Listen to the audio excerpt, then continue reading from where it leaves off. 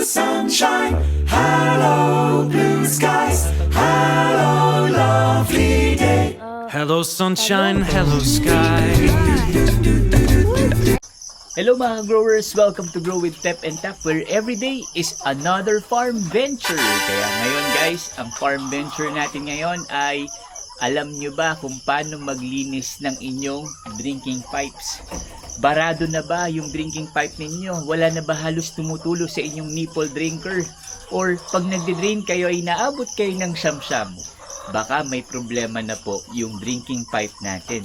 Or barado ito. Kaya ngayong araw na ito sa ating farm venture, matuturuan po namin kayo maglinis ng drinking pipe. Although, first time din po namin dahil tulad po ninyo, beginners lang po kami at naghahanap din kami ng material sa YouTube kung paano kami tuturuan na maglinis ng drinking pipes. Pero lagi nilang sinasabi, gamitan lang ng high pressure water. Pero yung detalyadong gabay, wala pa po kaming nakikita. At ngayong araw na ito, susubukan po nating maglinis ng drinking pipe at step by step po namin i-share po sa inyo kung paano namin ginawa yon. Tara! Essential sa lighting dahil sa madaling araw ay kailangan nating buksan yung solar light natin. So papakita ko sa inyo ngayon kung ano yung drinking pipe na lilinisin natin. Ito yung drinking pipes. Ito, yan. Yan. Ito yung lagi nating pinupunasan. Yan yung drinking pipe. So, nakita namin na medyo barado na ata dahil ito yung end cap. Ito yung nagde-drain. Pag dinidrain namin, ayan, napakahina na ng tulo. Halos wala pag dinidrain namin. So, kaya ang tagal naming nag-aantay. Naisip kong linisin na yung drinking pipe ng ating mga RTLs dahil sa sayang yung oras. Bilang mga agripreneurs, ito po ay time is gold. Time is gold. Kailangan pagka may inefficient na bagay sa ating farm ay masolusyonan agad po natin tulad nito. Pero ito po, okay naman siya. Pero lilinisin na rin natin. Ayan, naku, wala na rin. O, ayan. So, yan yung susolusyonan natin ngayon kasi baka ngayon ay barado na ito. Etong blue drinking pipe na to, malakas pa yan. Malakas pa yung tulo niya, nakita ko, kaya hindi muna natin ito lilinisin. Pagka binuksan ko yan, maririnig ninyo yung malakas na agos. Ayan. Malakas na agos niya. Ibig sabihin, ayos pa yung linya niya. Ito naman yan. Maririnig nyo yung agos. Ayan, naririnig nyo? Yun yung agos ng tubig. Ibig sabihin ay successful na na-drain. Hirap ng lighting. Ibig sabihin, successful na na-drain ng maayos pa yung daluyan ng tubig. Maayos pa yung mga tubo. Kaya, ang gagawin natin ngayon, ito lang puti yung lilinisan natin, itong puti. Is tuturuan namin kayo kung paano. Pasensya na kayo kung medyo pawis na tayo dahil naglinis na tayo ng feeders. Tapos yung ginawa na natin yung daily morning routine natin. Tapos ngayon ay wala nang laman yan. Ayan. Nilinis na natin yung kanilang mga pakainan. Nilinis na natin lahat yan. Ngayon, ang lilinisin na lang natin ay yung drinking pipe para pagka tapos natin, papakainin na natin sila. Ito yung cage na may problema yung draining. Napakatagal mag-drain. Kaya, etong mga etong mga elbow na yan, yung mga elbow na yan, ito po yung mga tatanggalin natin dahil natatanggal po yan, yung mga elbow na yan. Ayan. Ito po, tatanggalin natin yung mga yan. Kung mapapansin niyo wala na pong tubig, no? So para hindi po mabasa yung ating mga manok. Kasi pag may tubig pa yan, ay i-drain po muna natin. I-drain muna natin. Gagawin po natin, pupukin lang natin.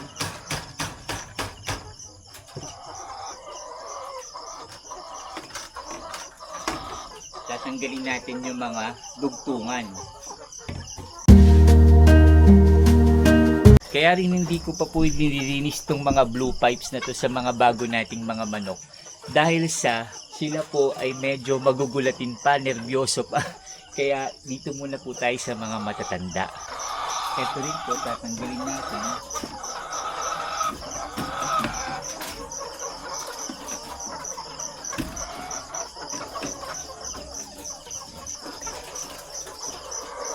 Tinanggal na rin natin to. Ayan. So, lahat po ng dugtungan tinanggal natin. Ayan. So, ang natitira na lang po ay itong mga main pipes. Ito, yung mahabang pipes. Ito, at saka ito. Yang tatlo po yung natitira. Sa mga napapanood namin sa YouTube, ang sabi nila ay kailangan ng high pressure water. Tinignan po, muntik pa na mabasa yung camera natin.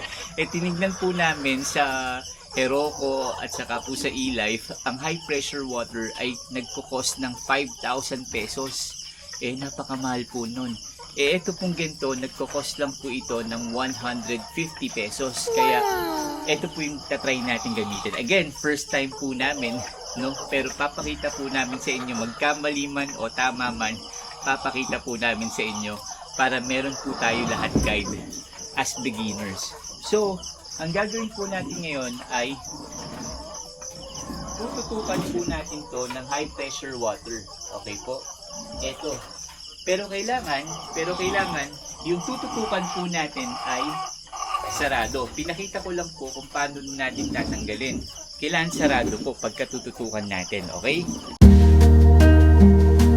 Bakit natin kinabit? Dahil pagka po inater pressure natin doon, tapos wala pong harang dito, mapupunta po yung tubig sa mga manok natin. Kaya gagawin natin ay sinarado muna natin. Ayan, dito. Ayan, saktong-sakto. Saktong-sakto dito sa pipe. Saan po siya lumalabas? Dito. Dito po, no? Pero hindi na ganun kalakas yung pressure.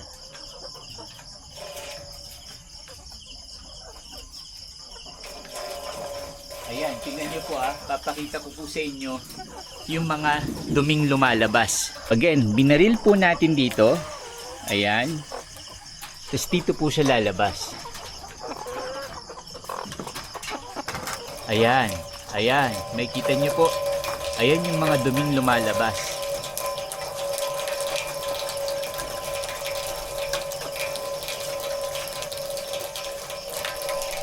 Nung unang labas niya, ayan, tingnan nyo, ayan.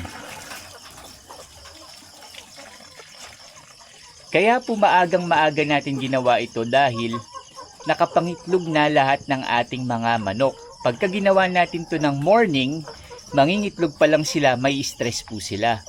Kaya ginawa namin ng madaling araw dahil sigurado kaming nakapangitlog na sila. Kanina nga, nalimot na po namin yung mga huling itlog. Kaya maaga kaming gumising para po dito.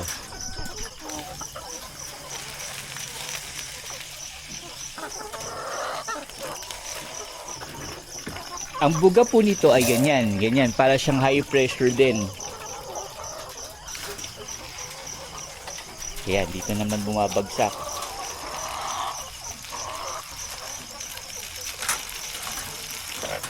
Okay. So medyo malinis na yung lumalabas. Ito naman tayo sa kabila magbubuga. Oops. Yan.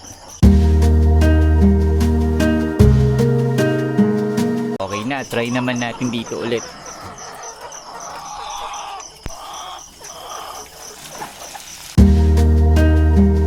Yan.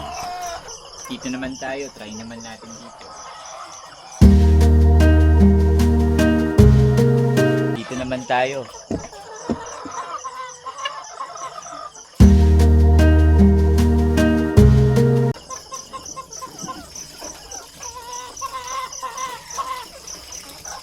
So next, lilinisin natin itong mga dugtungan. Ayan, nagagalit na sila.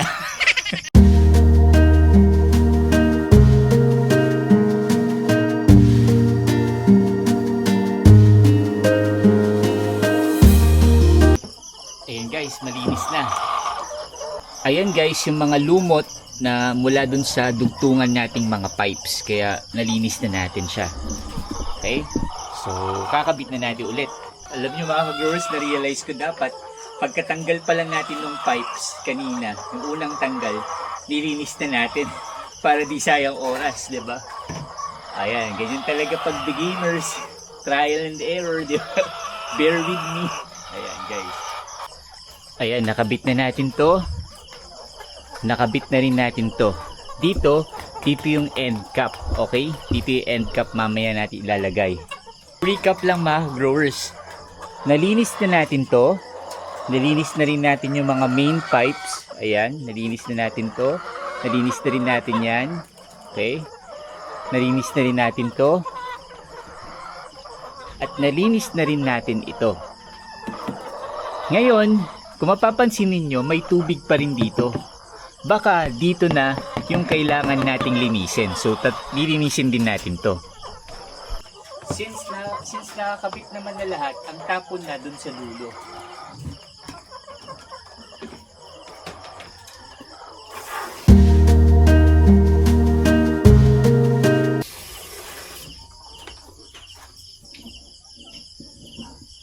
Tignan natin ngayon na kung maganda na yung daloy niya. So, titingnan natin dito yung tulo ngayon. Dati, as in, napakahina. Ngayon, tignan natin.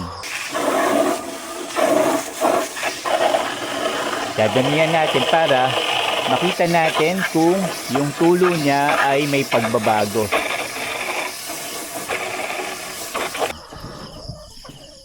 Ayan. Gumanda na yung daloy niya. Ayan. Yan. Dati kasi talagang as in patak-patak lang siya. Pero ngayon, since malinis na yung drinking pipe, ayan. Success. Success tayo, guys. Akala ko mapapahiya ako sa inyo mga growers eh. So nalinis na natin itong unang cage, yung pipe ng unang cage. Ganun din yung gagawin natin dito sa second cage. Okay guys? Ayan o, ganda na ng tulo niya. Oh. Nice. Ito na guys, lesson learned. So pagkatanggal ko, nililinis ko na yung pipe. Ayan. Pupunasan na rin natin.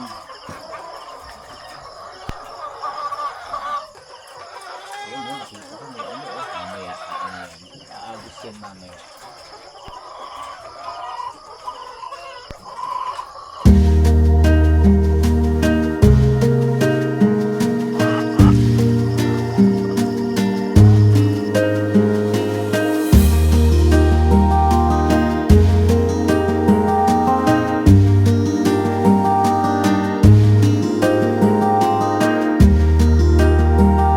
So double check na natin.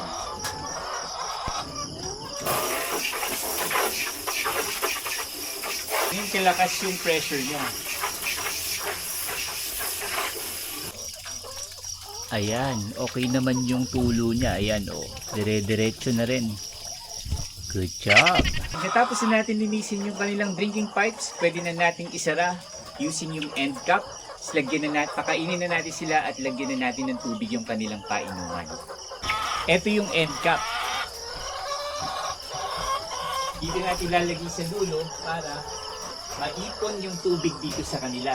Meron ngayon silang iinumin. Hello mga growers, sana ay nakatulong sa inyong maikling video na ito kung paano linisin ang inyong drinking pipes para sa inyong mga RTS. Ngayon, confident na tayo na walang babara sa kanilang mga nipo drinker at malinis na yung kanilang drinking pipes. Madali na rin tayong mag-drain pagka tayo ay nagde-drain sa ating mga morning at afternoon routines. Kaya guys, if nagustuhan ninyo ang video na ito, ay mag-like po kayo, mag-comment and share na rin po ang video na ito kung nakatulong po kami sa inyo.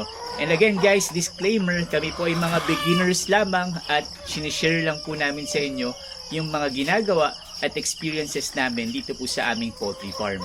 Maraming salamat guys and thank you. See you again on our next farm venture.